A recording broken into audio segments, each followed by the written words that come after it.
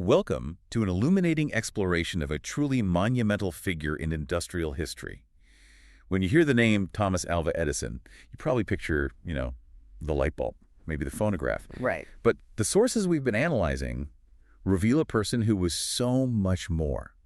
Less a solitary genius and, well, more the foundational architect of the modern corporate research structure. That is the key distinction, absolutely. We're looking at a career that's defined by just an astonishing breadth of work. I mean, everything from sound recording and motion pictures all the way to laying the foundation for our entire electric infrastructure. And it's all evidenced by his, 1,093 U.S. patents? Exactly. So the mission today is to go beyond that myth of the lone inventor. We want to understand the system, the business acumen, the intense competitive spirit, and just the sheer scale of ambition that really defined this electric titan. He didn't just invent things, he organized invention itself into a machine. Okay, let's unpack this by starting right at the very beginning, because his origins, they seem to have deeply influenced his character.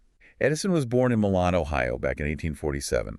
He was the seventh and final child of Samuel Jr. and Nancy Matthews Elliott, and spent his formative years in Port Huron, Michigan.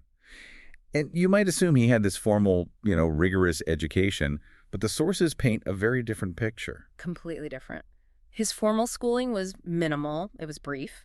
His mother, Nancy, who was a former school teacher, actually took over his education, covering reading, writing, and basic arithmetic at home. So she was his entire school, basically. In a way, yes. But the real engine of his learning, the thing that truly drove him, was self-direction. He devoured books, and this wasn't just, recreational reading. It was focused experimental inquiry. Two influences really stand out here. Okay. First, a book called A School Compendium of Natural and Experimental Philosophy. That became his blueprint for understanding basic physics and electrical principles. So it's almost like a practical guide for a young man who really preferred tinkering over just abstract theorizing. Precisely. It gave him the foundation to start experimenting with basic chemistry and electricity right there in his family's basement. And the second major intellectual influence was the work of Thomas Paine. Thomas Paine, really? Yes, particularly his rationalism. Paine's ideas of scientific deism profoundly shaped Edison's philosophical outlook later in life. It really encouraged him to view the world through a lens of observable nature, rather than pure theology. And we also need to talk about his famous hearing issues, which developed when he was around 12. He became almost entirely deaf in one ear and severely hearing impaired in the other. Right. It was attributed initially to scarlet fever and recurring ear infections. And this disability, it became absolutely central to his personal mythology, didn't it? It seems so. It absolutely did. As an adult, he framed his deafness not as a limitation, but as a competitive edge. He argued that the lack of auditory distraction allowed him to concentrate more intensely on the endless problems he was trying to solve. That's fascinating. And when you look at his relentless work ethic and his demand for absolute focus from his employees, this personal conviction that genius requires isolation from noise, it really colored his entire management style and his whole approach to the creative process. That relentless focus was paired with an immediate, almost instinctive entrepreneurial drive. Even as a young boy, he wasn't just, running errands. He was building a self-sustaining business model. That's right. He started as a news butcher on the Grand Trunk Railway line from Port Huron to Detroit. He was selling newspapers, candy, produce, but this wasn't a small side job. No. By the age of 13, he was turning a profit of about $50 a week. Wow, that's a huge sum for the 1860s. It's an enormous sum. And what did he do with that capital? He invested it right back into his research. He was buying chemicals and equipment for all of his electrical and chemical experiments. So he formalized that cycle of business funding research before he was even an adult. And he even managed to print his own paper, the Grand Trunk Herald. Yes, that's another fascinating detail. He used an old printing press he'd set up in the baggage car of the train. The Herald was a genuine newspaper. It ran for 24 issues, reached 500 subscribers, and provided local news to the commuters. Incredible. So this early history, it really shows you the confluence of two forces: an insatiable curiosity for science and an immediate ability to organize a business around it. He was a self-funded R&D department long before Menlo Park even existed. That sets the stage perfectly for his move into the technological center of the 19th century, telegraphy. That's where he truly honed his skills. Indeed. And his entry into that world was actually thanks to a really dramatic event in 1862.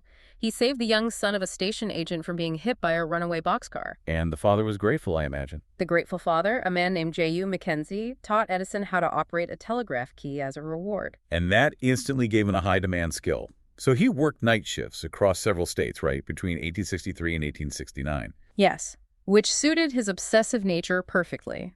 It allowed him to work and study at the same time. He essentially used the quiet, off-peak hours of the night shifts to study qualitative analysis and chemistry. But this obsessive tinkering, it also led to some trouble. It did. The sources highlight an incident in Stratford Junction where he negligently fell asleep on the job, which led to a near collision between two trains. He was forced to resign from the Grand Trunk Railway. And that outcome really pushed him forward, didn't it? It cemented his decision that he wasn't meant to be an employee, he was meant to be an inventor. And once he committed to invention, he moved very quickly to patent his ideas. His very first patent, U.S. Patent 90,646, for the electric vote recorder. It was granted in June 1869. But this highlights a critical early business lesson for him. A brutal but necessary lesson. The vote recorder was designed to tally legislative votes much faster than traditional manual methods. But the politicians, they rejected it. They didn't want it to be faster. They didn't want faster voting. They needed the delay inherent in the roll calls to allow for last-minute lobbying and, deal-making. Edison learned that innovation must solve a problem that people are willing to pay for. It can't just be technically superior. And that realization quickly led him to New York, where he met Franklin Leonard Pope. They formed a company manufacturing machines for telegraph recording. Pope was instrumental, but Edison quickly overshadowed him. In the late 1860s and early 1870s, Edison was constantly improving upon existing systems, regulating his 50 employees' work and efficiency. This period culminated in one of his first massive financial breakthroughs, the quadruplex telegraph. Let's slow down on the quadruplex for a second, because this explains how he got the capital for his next big leap. What exactly made this quadruplex system such a valuable technology? Well, imagine the communication infrastructure of the time was a highway with only one lane. The quadruplex telegraph effectively took that single lane and turned it into 4 simultaneous lanes. It allowed for the transmission of 4 separate messages, 2 going in one direction, 2 going in the opposite, all over a single wire. This was an enormous efficiency leap for telegraph companies. It quadrupled their capacity without laying a single new wire. And that explains why Western Union was willing to pay him $30,000 for the patent sale in 1874. I mean, that's nearly $1 million in today's currency. It was.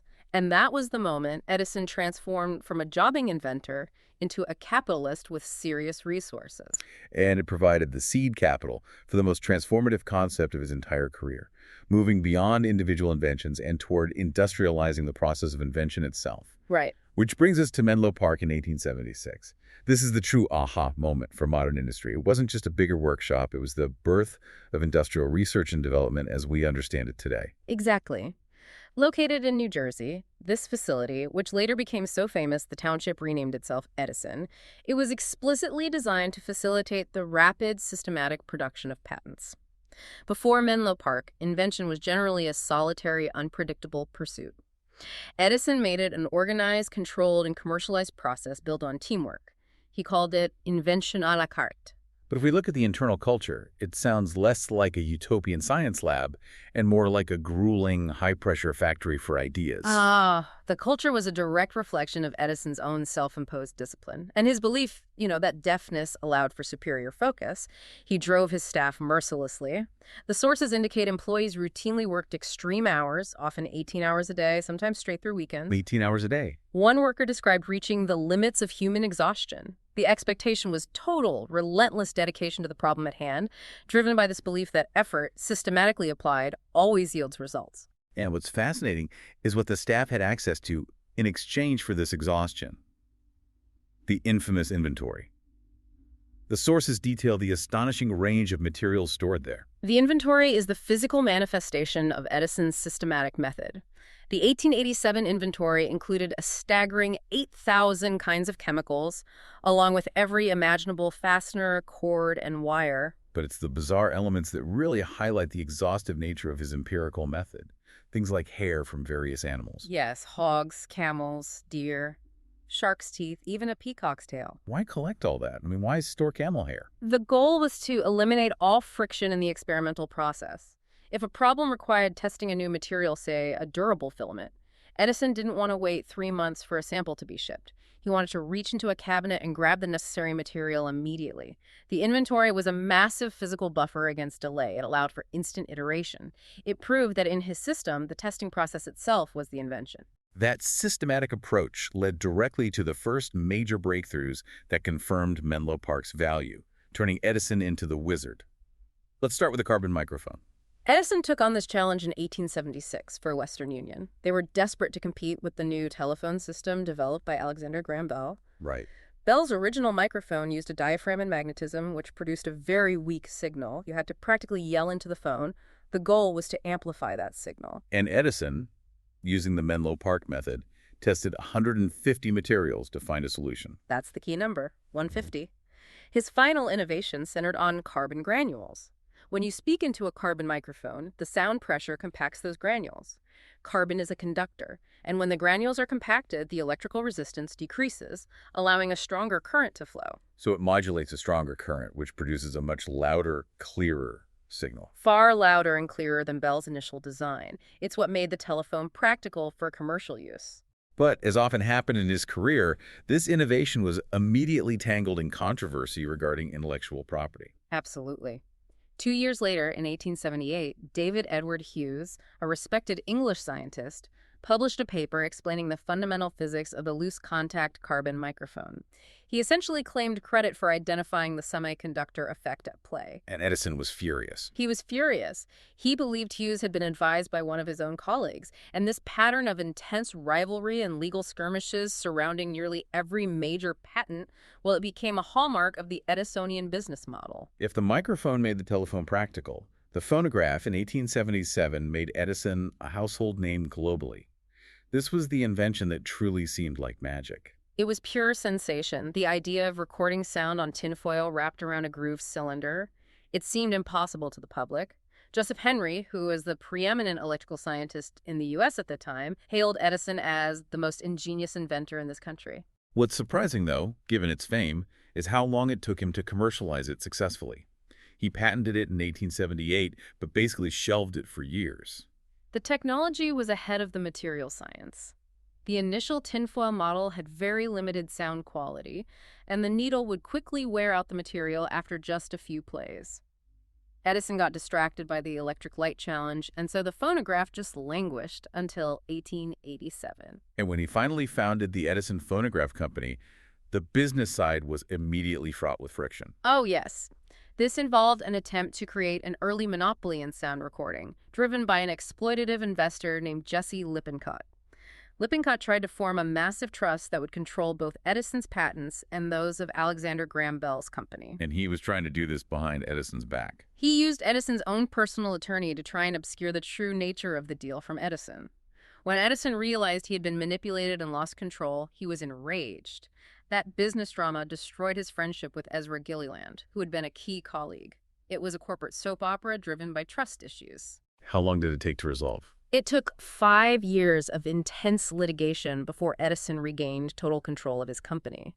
But here's the fascinating, almost bizarre footnote to the story, especially given the invention itself. Edison's control over the sound produced. You're referring to his involvement in music selection, despite his profound deafness. Exactly. Until 1915, Edison personally approved every single record artist and recording based purely on what he, the mostly deaf man, thought sounded good. He prevented the artists' names from being attached to the music sold under the Edison label. So he treated the recording process itself as a purely mechanical replication. Right, minimizing the importance of the human artist. It's a remarkable contradiction. The man who brought recorded sound to the world was also the one who heard it least. That detail perfectly illustrates the tight, often contradictory control he exercised over his domains. From something as world-changing as the phonograph, we now move to his most defining industrial challenge. Section 3. Electrification and the War of the Currents. Edison realized the true money wasn't in inventing a better light bulb, but in designing an entire system for delivering that light. That's the monumental shift. Incandescent lamps existed before Edison. They had major problems. They either burned out too quickly or they required extremely high current, which made them impractical and expensive for widespread commercial application. So Edison's innovation was the system. The system, the durable filament, the standardized voltage, the generators, the wiring, the meters, all of it designed to compete directly with the existing city gas lighting infrastructure. And the search for that durable filament is one of the most celebrated examples of the Edisonian method of exhaustion. It was grueling, and he demanded that same systematic rigor from his staff. They started with carbonized cardboard, which failed quickly. They moved on to various grasses, woods, and metals. After testing thousands of possibilities, he ultimately settled on a carbonized bamboo filament. And that filament provided the durability he needed. It lasted over 1,200 hours, which made the bulb commercially viable. And that successful filament design dictated the physics of the entire system, right down to the wall outlets in our homes today. It forced his hand on voltage. The high-resistance filament he perfected functioned best at around 100 to 110 volts. This voltage standard was a significant leap upward from what competitors were using, but it became the standard for his direct current, or DC, system that still operates today. With the technology ready, he quickly brought in the financial muscle required to deploy it. He formed the Edison Electric Light Company, backed by some formidable figures. Oh, yes. J.P. Morgan and members of the Vanderbilt family. Heavy hitters. That financial backing allowed for rapid deployment. His first major commercial application came very early, in May 1880. The new steamship Columbia, owned by the Oregon Railroad and Navigation Company, was installed with the complete Edison lighting system. It was a practical, highly visible debut that demonstrated the technology could work on a massive scale. Deploying the system in New York City, however, presented a unique physical constraint tied to the nature of direct current, specifically the enormous cost of copper wire. This is a crucial point for understanding the War of the Currents. Direct current loses voltage relatively quickly over distance. So to deliver enough power to a customer 1 mile away, you needed extremely thick, and therefore extremely expensive, copper wires. The infrastructure cost was astronomical. And Edison recognized this. He did. And one of his system-level fixes was the invention of the three-prong wire system, which helped minimize the amount of copper needed. He also tackled the extremely practical but unglamorous challenge of consumption measurement. I mean, how do you bill people for electricity? He invented a genuinely unique chemical solution, a billing system based on a zinc cell. Customers had a meter containing zinc plates immersed in a solution. As electricity flowed through the meter, the current caused zinc to deposit or dissolve from the plates. So they would just weigh the plates every month. Exactly. By weighing the plates, Edison's company could accurately determine the exact amount of current consumed. It was a perfect, self-contained way to meter DC power. All these innovations culminated on September 4, 1882, with the activation of the Pearl Street Station in New York. This was the moment the electric utility industry was born. Absolutely. This 600-kilowatt steam-powered generating station started providing 110 volts DC to 946 customers in Lower Manhattan. And what's interesting is how low-key the initial reception was. The light was so steady and reliable, much like the gas lighting it was replacing, that few people even noticed the switch was flipped. But the significance wasn't lost on everyone. No, the Boston Globe nailed it. They said Edison had opened night until it shall be his day. It was a triumph, but one built on a fundamental technological flaw, the restriction of DC. The limitation was severe and inescapable. Due to voltage loss, a DC generating plant could reliably deliver electricity only about 1 mile, maybe 1.6 kilometers away. This meant DC was only feasible for high-density metropolitan cores. It physically barred Edison from servicing suburbs, small towns, and rural areas. And this inherent limitation created the opening for the competing technology, alternating current, or AC, championed by George Westinghouse and the Thomson-Houston Electric Company. AC changed the game because of the transformer. AC power could be stepped up to extremely high voltages for efficient, long-distance transmission over much thinner, cheaper wires. And then it could be stepped back down to a safe, usable voltage at the point of consumption. It made large, centralized power stations and wide area coverage economically viable. Exactly. Edison's response to this technologically superior threat was not one of iteration, but one of dogmatic resistance and, frankly, fear. He had installed over 100 DC systems globally. The financial sunk cost was enormous. But beyond the money, he also had a genuine concern about safety. AC used much higher voltages than DC, and there had been some high-profile accidents. He weaponized this fear. He publicly attacked Westinghouse with almost reckless abandon. He famously stated, "Just as certain as death, Westinghouse will kill a customer within 6 months after he puts in a system of any size." This escalated quickly past simple business competition into the infamous War of the Currents, a public relations campaign built on smear tactics and fear-mongering. It was a dark chapter. In 1888, following public concern over electrocutions, Edison collaborated with an anti-AC crusader named Harold P. Brown. They began publicly electrocuting various animals using AC current to demonstrate its lethal nature. Just to equate the technology with mortal danger. Yes. And the campaign climaxed with a shocking manipulation involving the development of the electric chair. Edison saw an opportunity to permanently smear AC. He colluded with Westinghouse's rival, Thomson Houston, to ensure that the first electric chair adopted by New York State was deliberately powered by a Westinghouse AC generator. The goal was simple: cement the public perception that alternating current was synonymous with execution and death. It was a desperate and manipulative corporate strategy. That level of intensity tells you everything you need to know about the stakes involved. But eventually, the financial realities forced a consolidation of the industry, and J.P. Morgan got involved. Morgan was the master of financial engineering. Edison had already lost majority control of his own company after an earlier merger. By 1892, Morgan merged Edison General Electric with Thomson Houston, forming General Electric, or GE. But the board sided with the Thomson-Houston technology. They sided with the AC system. They realized it was the long-term, superior economic asset. So, despite bearing his name, General Electric immediately adopted the rival technology. This left Edison as a figurehead, watching his life's work in DC infrastructure being dismantled. It was a bitter, monumental defeat. GE immediately controlled 3/4 of the U.S. electrical business, but Edison was marginalized on the board. He privately expressed how aggrieved he was that his company and his patents had been leveraged and then handed over to the competition. He stepped back from the lighting business around 1890, pouring his immense systematic energy into entirely new fields. That intense energy quickly pivoted to a massive, ambitious, new endeavor, industrial mining. This brings us to the next section, from mining monopolies to medical dangers. The motivation here was that high-grade iron ore was scarce on the East Coast. Right, and Edison believed he could profitably refine low-grade ore and beach sand using magnetic separation. This project, the Edison Ore Milling Company, was another demonstration of his systems thinking, applied this time to geology and mechanics. He bought up several mines and constructed an enormous, centralized, highly automated facility in Ogdensburg, New Jersey. He was attempting to apply the efficiency of Menlo Park to the scale of industrial geology. And the technological scale sounds just staggering. This wasn't a small team in a lab. This was heavy industry automation. It was pioneering work in automation. He purchased the largest steam shovel in America at the time. The crushing process was immense. Electrically powered 70-ton rollers rotated at 3,500 feet per minute to crush massive rocks. And then he used magnets to separate the iron?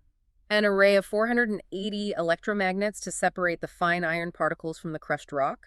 He even devised a light pneumatic system to remove phosphorus, a contaminant that could ruin steel production. And he also applied his ingenuity to making the final product efficient for transport. Yes, the final step was briquetting, forming the ore fines into small, dense bricks for shipment. He innovated this process down to just 2 hours, a massive efficiency improvement. His ultimate goal was total automation, minimizing human involvement. Given that level of technological mastery and innovation, why was the mining venture such a colossal failure? It risked his entire personal fortune. It was a combination of astronomical capital investment and just brutal market timing. The cost of building and maintaining that fully automated system was simply too high. When you compound that with falling iron prices globally and the severe economic recession of 1893, the operation rapidly became insolvent. It must have been devastating for him. He was unwell with worsening diabetes and had to take a major loan from his father-in-law, Lewis Miller, just to stay solvent. It demonstrates that the genius of a system doesn't guarantee commercial success if the market conditions turn against you. But the entrepreneur in him couldn't let all that machinery go to waste. He salvaged equipment and immediately pivoted to a completely different venture, the cement industry. In 1899, he used the materials and the massive rock-crushing equipment from the failed mining venture to establish the Edison Portland Cement Company. He used the waste sand generated by his iron extraction process and focused once again on process innovation. What was his innovation in cement? A centuries-old industry. It was all about the kiln. He designed novel 150-foot horizontal kilns. These enormous kilns improved efficiency significantly by cooking the cement material longer, but at a lower temperature, which saved substantial amounts of coal and reduced manual labor. And this system was successful. Very successful. He licensed it widely, collecting royalties across America well into the 1920s. And he attempted to apply this cement technology to solve another systemic problem: affordable housing. Yes. His ambitious vision was to cast entire 3-story houses from cement in a single mold. The idea was to make cheap, durable housing accessible to the working class. He built some employee housing using this method and ran a major public relations campaign. But it didn't take off. The complexity of the molding and the lack of immediate public demand meant he didn't pursue the massive casting project further. Now, before cement and housing, he was drawn into a brand new, highly exciting, but profoundly dangerous field: X-rays. Following Wilhelm Röntgen's discovery in 1896, Edison was immediately captivated. He started intense work to develop a better X-ray system, quickly discovering that images displayed far better on calcium tungstate screens. He essentially created the fundamental design of the fluoroscope, which remains in use today. But this is one of the clearest examples where his relentless, unshielded systematic experimentation came at a horrific human cost. This is a point that requires reflection and sympathy. Because the dangers of radiation were completely unknown at the time, Edison's method involved intense, hands-on exposure. He and his assistants, Clarence and Charles Daly, acted as human guinea pigs. They would often place their hands and bodies directly in the path of the rays. Edison himself nearly lost his eyesight and had horrific facial burns. And the tragedy surrounding Clarence Daly is particularly acute. It is. Edison abandoned the project in 1903, horrified by the damage. Clarence Daly, who bore the brunt of the experimentation, was diagnosed with mediastinal cancer and ultimately died at the incredibly young age of 39 from his injuries. It's a painful reminder that Edison's exhaustion method, which required rapid iteration and total personal commitment, found its sharpest, most regrettable limit when dealing with an invisible, toxic force like radiation. The shock of Daly's death led to a complete repudiation of the technology from Edison himself. He was visibly shaken, according to the sources. He stated unequivocally, "Don't talk to me about X-rays. I'm afraid of them." It was a rare moment where fear, born from tragedy, overpowered his relentless desire to invent. Following that crisis, he committed his energy to yet another long-term, immense challenge: creating a viable, rechargeable battery. This started in the late 1890s, initially to power his phonographs. But the target quickly shifted to the burgeoning electric car market in the early 1900s. The existing technology, lead-acid batteries, was heavy, inefficient, and protected by competitor patents. Edison wanted a lighter, more efficient alkaline solution. And he returned to the Menlo Park method, testing thousands of combinations. 10,000 combinations, specifically. He finally settled on a nickel-iron combination using lye as the electrolyte. He patented it in 1901. However, his journey was riddled with setbacks. He faced immediate litigation from a man named Waldemar Jungner, who had a similar design. And the first production batteries had serious flaws. They were so deeply flawed, losing power quickly and unpredictably, that in 1904 he had to issue a total recall. He persevered, though, refining the nickel-iron battery into an efficient and durable final version by 1910.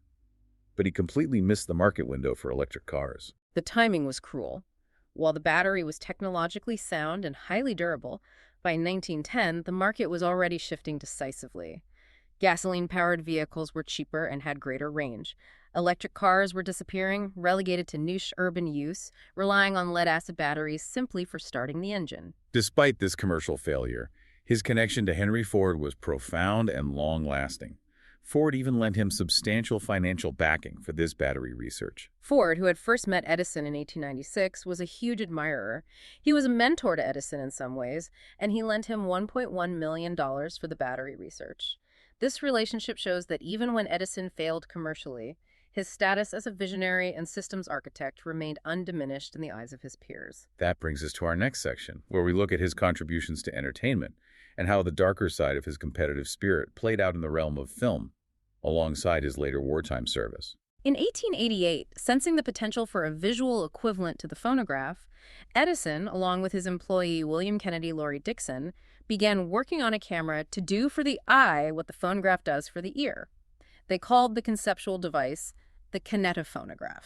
The sources credit Dixon with truly leading the optical and film work, while Edison focused more on the electromechanical control elements. The result was the kinetograph camera, patented in 1897, and the kinetoscope. Right, the peephole viewing device that was installed in penny arcades starting in 1891. But the ultimate goal, synchronized sound and motion pictures, proved immensely challenging. Very difficult. While Dixon produced the first video with sound, the difficulty of keeping sound and video perfectly synchronized outside controlled laboratory conditions led Edison to shelve commercial sound development for years. He focused only on the visual element, the kinetoscope. And similar to the electric light, Edison's company often relied on others' innovations for the final commercially successful component. He didn't invent the projector that brought his films to mass audiences. That's a crucial commercial detail. Edison's own attempts at projection failed. So, in 1896, his company manufactured and sold the Vitascope projector, which was actually the invention of Thomas Armot and C. Francis Jenkins. Edison deliberately marketed it as an Edison invention to leverage his famous name and boost sales. Name recognition over patent integrity. Essentially, yes. Despite the origin of the projector, Edison Studios was prolific. It produced nearly 1,200 short films, including classics like The Kiss and The Great Train Robbery. This was pure factory output for entertainment. It was, and that commercial power allowed him to try and monopolize the nascent industry through the Motion Picture Patents Company in 1908, a trust of 9 major studios. Interestingly, later in life, Edison expressed profound dissatisfaction with where the film industry went. He felt that the introduction of talkies had spoiled it. Spoiled everything, were his words. He argued that actors, forced to focus on voice, had forgotten how to act, a sentiment likely amplified by his own lifelong battle with deafness. We must now revisit the darker side of his competitive legacy, as the War of the Currents found a horrifying expression in the film industry. Yes, in 1903, the owners of Luna Park in Coney Island announced they planned to publicly execute an elephant named Topsy who had injured a trainer. Edison Manufacturing decided to film this event, creating the short, gruesome film titled Electrocuting an Elephant. And the purpose of the film was explicitly political, continuing the smear campaign against alternating current. Precisely. The sources confirm that AC current was specifically chosen and used in the electrocution to demonstrate its lethality. It was corporate propaganda, utilizing the horrific public killing of an animal to reinforce the perception that Westinghouse's technology was dangerous and murderous. It is a moment of profound ethical failure, where the ends of business competition justified unimaginable cruelty. It's important to remember that victim Topsy used deliberately as a pawn in a power struggle that had nothing to do with her. Moving away from that ethical low point, let's look at Edison's surprisingly focused role in national security during World War I. He headed the Naval Consulting Board starting in 1915, assembling a committee of scientists and industrialists to advise the U.S. military. Crucially, his involvement was strictly limited by his deep-seated pacifism. He stated, "I am proud of the fact that I never invented weapons to kill." So he worked exclusively on defensive weapons. Yes, things like methods for detecting submarines and torpedo protection systems. However, his championing of his own battery technology for the Navy led to a terrible incident. The USS E-2 explosion in January 1916. Edison aggressively promoted his nickel-iron battery as a safer alternative for submarines. Lead-acid batteries could leak sulfuric acid, which, when mixed with seawater, generates lethal chlorine gas. Edison argued his batteries were safer. But his had a different problem. His nickel-iron batteries generated highly explosive hydrogen gas while being charged. During maintenance in the confined space of the USS E-2, hydrogen accumulated, leading to a massive explosion that killed 5 men. And naval officials blamed Edison and his associate, Miller Hutchinson, for overselling the battery technology safety for that volatile, confined environment. It was another instance where his relentless optimism outpaced rigorous safety testing. Despite that tragedy, the war brought severe shortages, especially of chemicals previously imported from Germany. This forced Edison to pivot his focus to domestic self-sufficiency. He focused specifically on phenol, a key component for both explosives and common medicines like aspirin. The American chemical industry was primitive at the time. So when the phenol supply was threatened, Edison used processes developed by his chemists at his Silver Lake facility. He quickly built 2 plants, starting just 1 month after the beginning of hostilities in Europe, capable of producing 6 tons of phenol per day. He also produced benzene and aniline dyes, previously German imports. the sources mention a fascinating example of wartime economics. He sold his surplus phenol to the German company Bayer, which then exported it back to Germany. A truly bizarre wartime loop of global commerce. And his focus on self-sufficiency extended to rubber, too. Given that America consumes 75% of the world's supply, Edison, Ford, and Firestone funded a research lab to find a native source. And after testing a monumental 17,000 plant samples. That number alone speaks to the Edisonian method. He identified Leavenworth's goldenrod, which could be bred to yield a 12% latex content. He announced this near the end of 1929. That systematic, almost manic dedication to the laboratory naturally brings us to our final section, his personal life and underlying philosophy, because the sources make it clear that the lab always came first. The professional life and personal life were fundamentally imbalanced. His first marriage to Mary Stowell, whom he married at 24 when she was only 16, was characterized by profound neglect. They had 3 children, Marion, Thomas Jr., and William. Mary died young at 29 under tragic circumstances, possibly from a brain tumor or a morphine overdose. And the strain of being the child of a world-famous yet absent genius took a heavy toll on his eldest son, Thomas Jr. Thomas Jr.'s story is one of the saddest outcomes of Edison's neglect. He struggled intensely with invention, failing to meet his father's immense shadow, and eventually devolved into a career of selling fraudulent snake oil enterprises, often marketed as the latest Edison discovery. It became so scandalous that his father had to sue him. He did. He ultimately agreed to pay him a small $35 weekly allowance, only if Thomas Jr. stopped using the family name for commercial gain. Thomas Jr. struggled with alcoholism and depression for years. His second marriage to Mina Miller, while perhaps more socially stable, also reflects his controlling nature. He married Mina when he was 39 and she was 20. She was a socialite and practiced a strict Methodist faith. Nikola Tesla, his great rival, once noted that if Edison had not married a woman of exceptional intelligence who made it the one object of her life to preserve him, he would have died many years ago from consequences of sheer neglect. So Mina managed his household and social life, essentially protecting him from the demands of the world. She did, but he delegated nearly all housekeeping and child-rearing to Mina and 5 maids. He was physically present, but emotionally distant.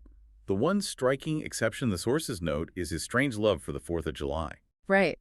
Because of his deafness, he could feel the powerful vibrations of loud explosions and would make his own fireworks, even adding small amounts of TNT for maximum boom. It was a visceral experience only his disability could fully explain. Shifting to his philosophical outlook, he was a lifelong Republican, supporting industrial capitalism and tariffs. But his views on certain social issues were ahead of his time. He was a very strong supporter of women's suffrage, stating in 1915, every woman in this country is going to have the vote. He was a pragmatist about employment, too, hiring women in factory jobs where nimble fingers were required. And, as we noted, his foundational moral stance was pacifism. On religion, he is often inaccurately labeled as an atheist. The sources clarify this misconception, linking it back to his early influence from Thomas Paine. He was a free thinker, influenced by scientific deism. While he explicitly rejected the God of the theologians, he clarified that he did not deny a supreme intelligence. He simply called that intelligence nature. He stated, "Nature is what we know. We do not know the gods of religions. No, nature made us. Nature did it all, not the gods of the religions." That provides crucial context for his later life. He remained active nearly until his death, despite suffering from worsening diabetes. He was still a public figure and a capitalist symbol. His annual camping trips between 1914 and 1924 with Henry Ford and Harvey Firestone became massive publicity events. They were affectionately called the Vagabonds. And they functioned as rolling advertisements for their respective companies. Absolutely. He finally stepped down as president of Thomas A. Edison, Inc. in 1926, handing leadership over to his son, Charles. But he couldn't resist one final public engineering act, returning to his beloved DC system. In September 1930, frail but determined, he was at the throttle of the first electric train, a DC system, naturally on the Lackawanna Railroad.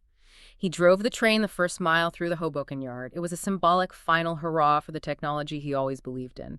He died a year later on October 18, 1931, at the age of 84. And his connection to Henry Ford resulted in one of the strangest scientific mementos in American history. It's a powerful and peculiar final anecdote. His son Charles had a test tube prepared and sent to Henry Ford, containing air that was considered to be Edison's final breath. It symbolized Edison's lifelong obsession with chemistry and served as a deeply personal gesture between the two industrial giants. That test tube is kept today as a unique memento at the Henry Ford Museum. That anecdote truly encapsulates the blend of science, commerce, and myth surrounding the man. As we conclude this in-depth analysis of Thomas Edison's life, we see him as far more than just the inventor. We must remember him as the creator of the modern industrial laboratory. He pioneered the transition from solitary genius to systematic, commercialized teamwork. We tracked his consistent application of systems thinking, whether designing the entire electric grid or attempting to automate industrial mining. And we also documented the immense competitive ferocity he brought to the War of the Currents and the intense personal costs of his relentless pursuit of innovation. From the tragic, unshielded exposure that killed Clarence Daly to the profound neglect of his own family, the costs were high. The triumphs are undeniable, but so is the complexity and the high cost of his ambition. It makes him one of the most fascinating figures of the Gilded Age.